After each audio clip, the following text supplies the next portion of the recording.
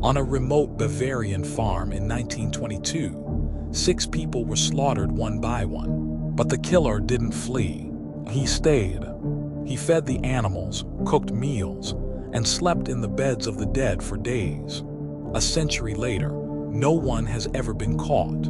Here are 10 dark truths about the Hinterkaifeck murders nobody told you. Hinterkaifeck was a small farmstead in Bavaria, roughly 40 miles north of Munich, isolated in wooded countryside near the town of Weidhofen. The Gruber family lived there, Andreas and Cecilia, their widowed daughter Victoria, and her 2 children, Cecilia and Joseph. A maid named Maria Baumgartner had just arrived to work. The farm sat alone, far from neighbors, surrounded by fields and forest. It was a place where screams could vanish into silence. In the days before the murders, strange things happened. Andreas Gruber told neighbors he found unfamiliar footprints in the snow leading from the forest to the house, but none leading away. He heard footsteps in the attic. A newspaper appeared that no one had bought. The house keys went missing. Someone was clearly there, watching, moving through the property. Yet the family did nothing. They stayed. And the presence in the attic grew bolder. On the evening of March 31st, 1922, the killer struck.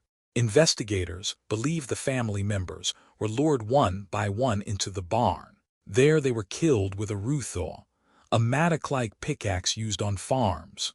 Andreas, Cecilia, Victoria, and young Cecilia were struck down in the barn with brutal blows to the head. The killer then entered the house and murdered little Joseph in his crib, and Maria the maid in her bed. Here is the most disturbing part. The killer did not leave. Evidence showed that after the murders, someone stayed at the farm for at least 3 days. Neighbors later reported seeing smoke from the chimney. The livestock had been fed. Meals had been eaten in the kitchen.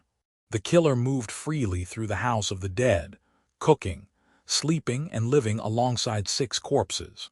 Whoever did this felt completely, chillingly at home. The bodies were discovered on April 4th, when concerned neighbors and the postman came to check on the family. In the barn, they found 4 bodies stacked and covered with hay and an old door. Inside, they found Joseph and Maria. The horror of the scene was overwhelming. But investigators made a critical mistake. Locals trampled the crime scene, and in a grotesque decision, the victims' heads were removed and sent to Munich for examination. The investigation was a disaster by modern standards. There was no forensic protocol, no crime scene preservation, no reliable fingerprinting. The victims' skulls were studied by clairvoyants rather than proper scientists, and the heads were eventually lost, disappearing during World War II. Hundreds of suspects were questioned over the decades. More than 100 people were interrogated in the early years alone, yet not a single arrest ever led to conviction. Suspects and theories piled up over the years. Some pointed to Victoria's former husband, Carl Gabriel, believed killed in World War I but whose body was never confirmed. Dark rumors surrounded the family itself, including incest allegations involving Andreas and Victoria. Others suspected robbery, though money was found untouched in the house.